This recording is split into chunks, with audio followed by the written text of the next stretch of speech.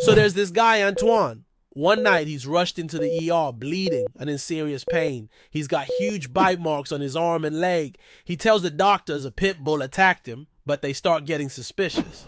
Those bites seem way too big to be from a pit bull. So what really bit him?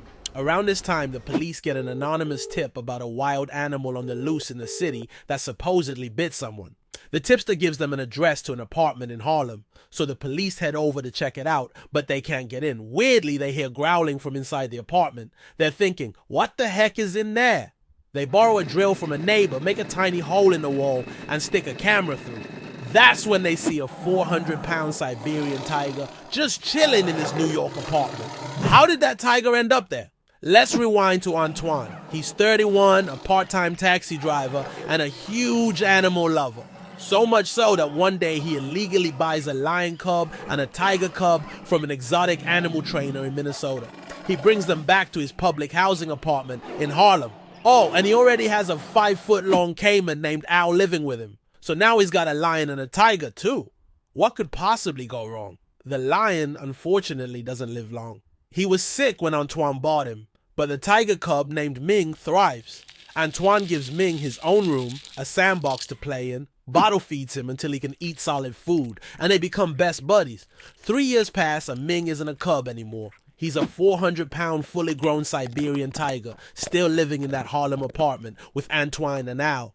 Antoine's feeding him 20 pounds of chicken a day. Yeah, tigers have a big appetite. You'd think this situation would go south fast, but everything seems fine. That is until one day Antoine finds a stray house cat outside. Being the animal lover he is, he brings it in and names it Shadow. He gives Shadow its own room away from Ming, but about a week later, while Antoine and Ming are wrestling, Shadow slips out of his room. Ming catches sight of him, and his wild instincts kick in. He starts chasing Shadow around, and Antoine throws himself in the way to protect the cat. Ming tackles Antoine, who clings to him to keep him from chasing Shadow. But then Ming bites Antoine's neck, arm, and knee, and doesn't let go for 3 minutes. Finally, Ming lets go and hides in the bathroom, knowing he's in big trouble. Antoine is seriously injured, so he calls for an ambulance and gets rushed to the hospital. There, he lies and says a pit bull attacked him, worried that they'll take Ming away if they find out the truth. Meanwhile, back at the apartment, the police see the fully grown tiger through the hole they drilled. They're like, holy cow, they need a plan to get this 400-pound beast out without getting mauled. Here's what they come up with. One officer rappels down the side of the building with a tranquilizer gun. He spots Ming through the window, aims, and shoots him in the butt with a dart. As you'd expect, Ming is not happy. He charges at the window, slamming against it. But eventually, the tranquilizer kicks in, and Ming passes out.